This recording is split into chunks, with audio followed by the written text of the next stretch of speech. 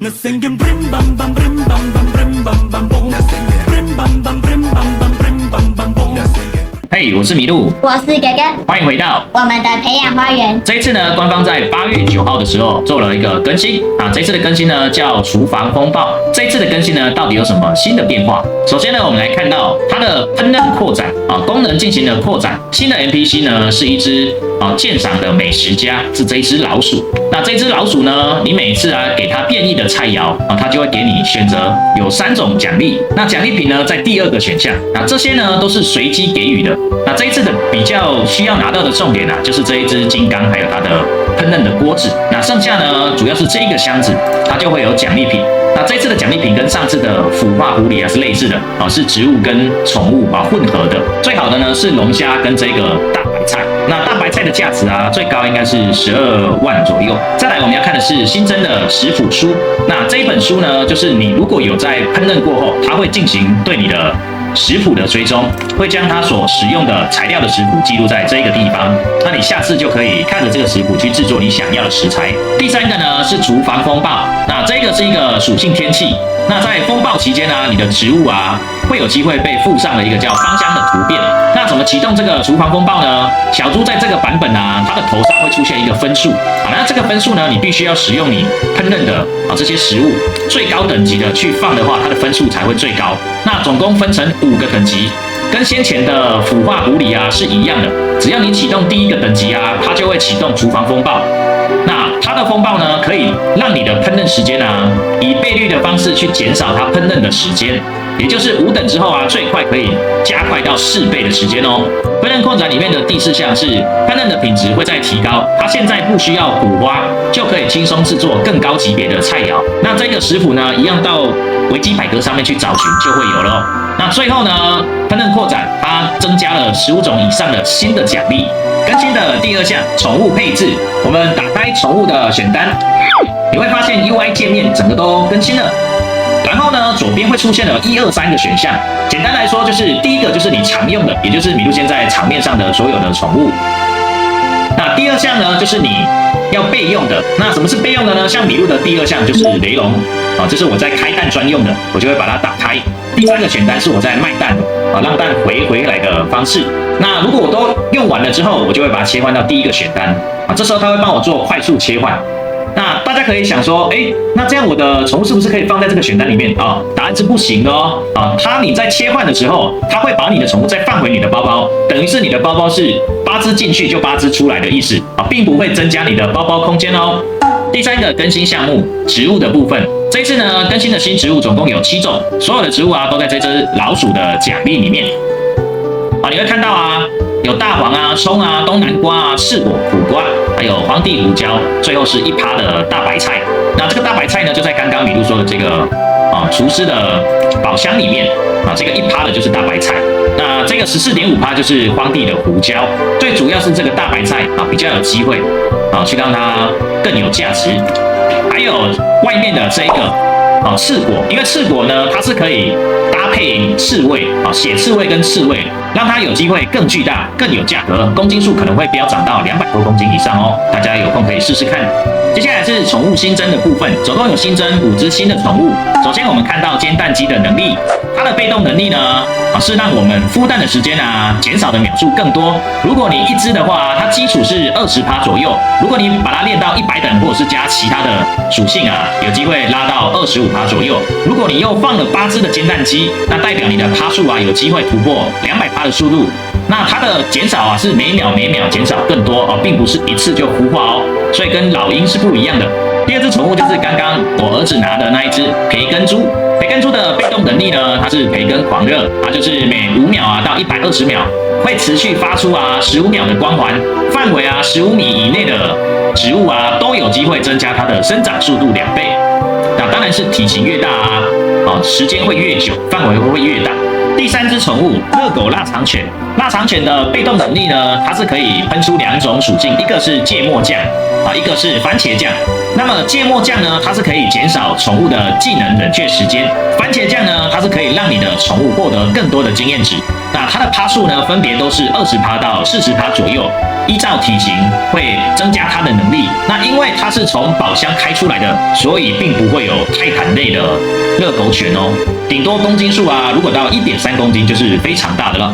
第4只宠物大猩猩厨师，它的被动能力厨师之王，只要你在你的花园当中拥有烹饪锅或者是烹饪大锅，就是可以煮的东西，那大猩猩就会在你放下去的同时走到那个锅具开始煮东西。那它只要维持了这个状态你在制作烹饪食物的时候，只要你领取食物有机会5%到10%会进行食物的复制，也就是呢，你有机会会拿到2次的食物。如果一只是5%到10%，我们放了8只的话，就是40%到80%的几率有机会拿到2个食物哇，这听起来蛮可行的。之后麋鹿就赶快来测试看看，到底可以拿到多少食物最后一只宠物呢是龙虾，龙虾的被动能力有一个叫融化沸点，它是每300秒到900秒的时间，附近的水果有机会获得了融化的变异属性。第二个是流星沸点每500秒到1800秒的时间附近的水果有10%会有几率变成了陨石的突变。陨石就是作者在更新的时候丢下来那个巨大的陨石撞击，M 开头的，并不是我们平常在看到的那一个流星以上是全部新增的宠物，麋鹿觉得比较重要的应该是大猩猩还有龙虾，那你觉得呢？最后来带大家看一下作者这一次更新它修复了哪一些的 bug， 还有更改了哪一些的内容，或者新增了什么样的新的东西。第一点呢，作者把天气增加了重叠的能力，就是以前的2个重叠的属性会变成了4个重叠的属性。有参加了礼拜6的更新的作者发疯的时候，你就知道了会有4种属性重复叠加。第二项呢，是现在这一把剪刀它的能力增强了原本它在剪彩虹色的植物的时候它只会变成了原版的种子，可是它现在只要你彩虹种子种下去之后不是你满意的，你用这个钳子把它剪掉之后它还是会变成彩虹色的种子并不会变成一般的种子但是它是不能重复剪去选你要的植物，它只能以最后你种下去是什么植物，收起来的时候还是那株彩虹色的植物第3项是我们刚刚提到了宠物的新的界面。第4项呢，是在化妆品里面添加了实用的选单卡，也就是现在麋鹿把它打开之后这边在垃圾桶的旁边会出现一个箱子，那箱子呢，它会出现不同的选单分类那你可以去选比如说招牌还是说雕像还是有功能的属性的东西，你会比较快找到你想要的化妆品第5项呢，是新增了新的食谱，可是这个食谱麋鹿是觉得不用去按照它的方式去做，麋鹿有其他的方式。第6个呢，是增加了新的宝箱的保底率。那什么是新的宝箱的保底？它的保底只限定在商城里面你打开之后你会看到这个植物右上角多了一个4，那的意思就是每开4个一定会中这个东西。那你会看到哇，如果我们要中到龙虾的话，我必须要开100次哇，超级花 RB 的啦，这是敛财的吗？然后你要彩虹的话，它要125个保底才会完成劝大家这个坑很深不要去玩这一个更新，看来作者他们缺钱第7的更新是雪貂的被动方式。那这只雪貂原本它的能力是在限定的时间内会帮你的宠物增加1级，直接提升1等的意思，跟棒棒糖的意思是一样但是呢，它有一个小小的怪怪的状况，就是它会一直加那个年纪比较大的宠物所以官方到底把它认定为 bug 还是没有调整好。那它现在把它重新调整了，它会变得比较均匀的，随机放在每一只宠物身上，并不会挑最高年龄的宠物了。第8项呢，则是马吉老鼠被削弱了。这只老鼠呢，原本的能力是从大概每秒2点的经验值开始起跳，那现在官方把它削弱到1.3左右，代表它升到100等之后最高很难去突破每秒3点的经验值。你有附到彩虹色的话，应该可以差不多到3，原本可以快突破到4的，官方认为它太强，削弱了。最后麋鹿要来实际的演练一次是这一次啊，怎么做出有变异的食物给老鼠拿到它的奖励品。首先呢，我们要准备附有多种变异的食物。那麋鹿选择的是胡萝卜，因为它的等级啊，体重最轻，制作的时间也会是到最低。那现在啊，麋鹿的胡萝卜啊，属性高达了快20种。那我们这时候只要拿着胡萝卜，把它丢进去。好，大家注意看一下，这里有一个变异表，它现在是0%。我现在把我多变异的胡萝卜丢进去，哇，它直接拉到了99%哦。